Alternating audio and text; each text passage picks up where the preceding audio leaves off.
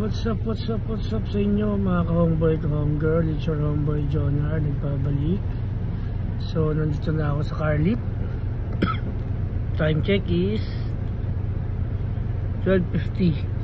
Maaga kami nagsara ngayon kasi wala nang customer. Kaya maaga kami pinauwi, maaga na ako natapos. Yan. Wala pang masyadong ganung pasahero. Yan, 12:47 na pala. Ayan. Tingnan mo, 12:47. And 12:47 na yung oras. Yan. And yung driver namin nakahiga. And wala pa, mga siguro mga 1 yan, 1.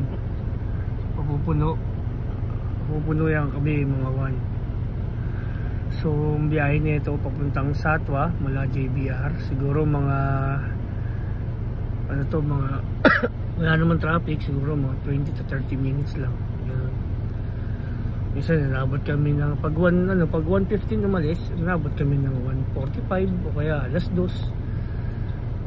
Depende rin sa takbo ng driver sa pagmamaneho. Merong isa dito yung maliit sa Kalbo, katulad kong Kalbo, 1:15 1:30 nandun na, 15 minutes lang yung tinatakbo, sobrang bilis. Nakakatakot, pero ewan ko ba't siya ganun magpatakbo.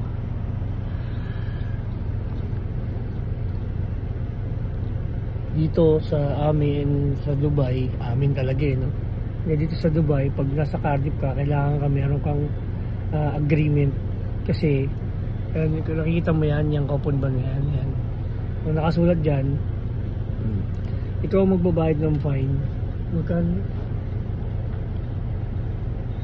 Parang nakalagay na presyo, pero ikaw magbabayad ng fine kapag mayroon checkpoint ang RTA. Okay, chine-checkpoint din kasi nila bawat isa rito kung may agreement, di ba? Kasi nga siyempre business to, hindi ka nalang basta-basta sumasakay. Kahit na nagbabayad ka, ipapakita mo nagbabayad ka, kailangan pa rin may agreement ng bus company saka ikaw. Okay? Satwa to sir. Karama burdo boy jo sir. Aga 28 sir. 28.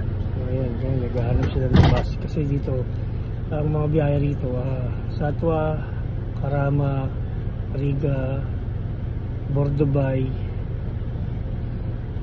Basta yung mga nakalimutan ko na iba, maraming mga bus dito.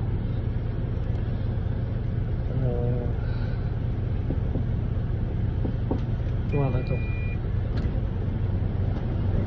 Halo-halo rito kahit anong mga lahi. Yan. So stay safe lang tayo mga ka-homeboy, ka-homegirl, okay? Always pray, be safe, okay? Peace.